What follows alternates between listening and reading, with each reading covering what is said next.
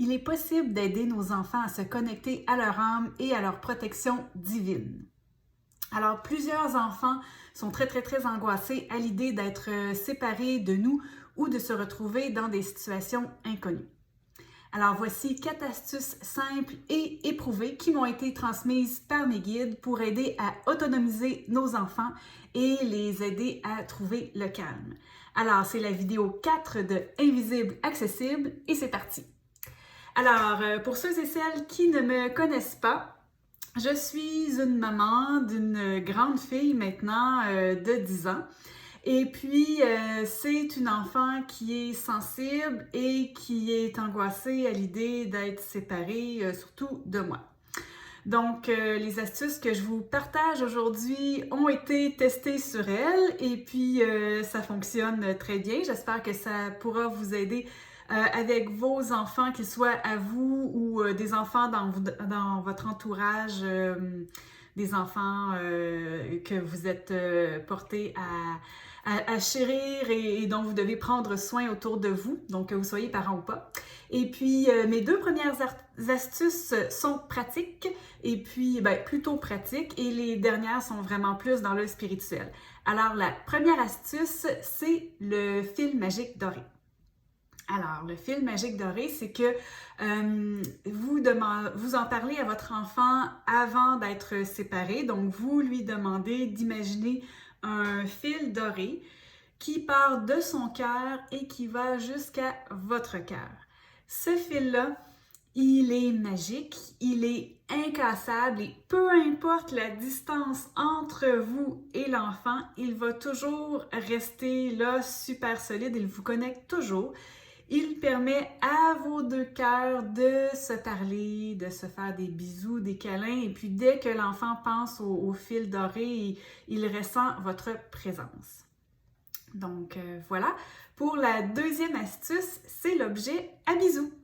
Donc cet objet, ça peut être n'importe quoi que votre enfant aime. Ça peut être un toutou, des figurines, une poupée, un bracelet ou même, comme j'ai fait avec ma fille, il y a des élastiques à cheveux un peu spéciales, là, en froufrou, un peu plus gros.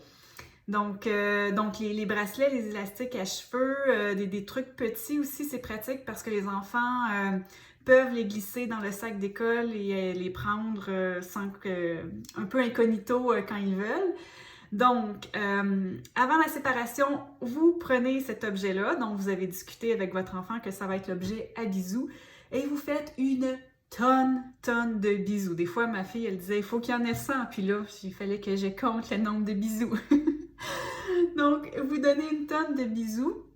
Et puis, vous expliquez à l'enfant que quand vous êtes séparés et qu'il s'ennuie de vous, il a seulement qu'à sortir son objet à bisous et puis il peut le mettre contre sa joue pour recevoir le bisou, pour sentir votre présence, votre amour. Donc, que c'est vous dites que vous infusez, vous transmettez tout votre amour dans cet objet-là et que cet amour-là est vivant dans l'objet.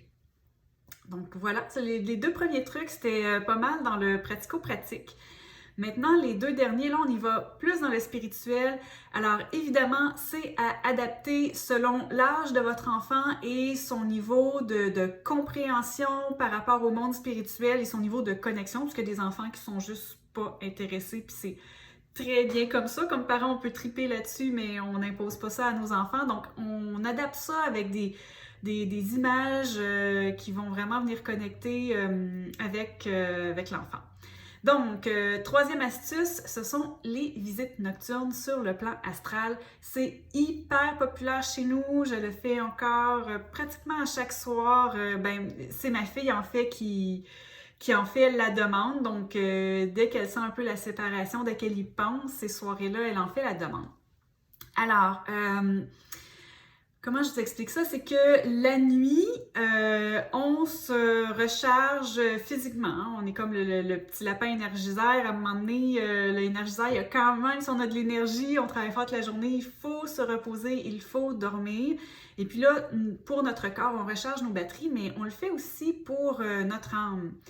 Donc, pendant la période la plus profonde du sommeil, notre âme, qui est quand même toujours attachée, on peut dire un fil doré, hein, il y a toujours quelque chose qui rattache notre âme à notre corps, elle reste attachée, mais elle s'en va sur le plan astral et elle va se ressourcer là-bas. Elle peut aller rencontrer des guides, elle peut aller rencontrer des âmes, des âmes sœurs, des âmes de notre famille d'âmes, avec qui on a des contrats, des ententes pendant notre vie, notre incarnation. Donc, souvent, on va aller faire le point, tout ça. Donc, c'est possible de dire à notre enfant qu'on se fait une promesse. Alors, moi, personnellement, la façon dont je le fais, évidemment, vous l'adaptez. Ma fille est hyper connectée, elle connaît tout, le plan astral, elle est fascinée, blablabla. Donc, moi, je peux lui en parler comme une adulte. Alors vous l'amenez avec des images comme vous le voulez, des trucs de dessin animé. Mais nous, ce qu'on fait, c'est qu'on se prend les mains, on se regarde dans les yeux, et puis là, on se dit, OK, on se fait la promesse que cette nuit, nos âmes vont se rencontrer. Et puis quand la promesse, elle est faite chez les deux parties, et que c'est fait dans la bienveillance, pour les meilleures intentions des deux personnes, donc quand c'est des intentions pures, de se rencontrer, nos deux âmes entendent la demande et c'est toujours honoré. Donc évidemment, on n'a aucune conscience de comment ça se fait, et puis si ça se trouve, hein, l'âme de ma fille qui est une vieille âme, peut-être qu'on se rencontre puis qu'on se fait juste comme « Salut » parce que son âme n'a pas vraiment besoin sur le plan astral de cette présence-là, mais sur le plan physique, quand nous on se le dit, ça vient beaucoup la rassurer. Et puis c'est ça, il y a une rencontre qui se fait, il y a un échange d'amour, de bienveillance. Donc, super le fun comme truc, n'hésitez pas à l'adapter pour votre enfant. Le quatrième truc, c'est le bouclier de lumière ou le cactus bienveillant.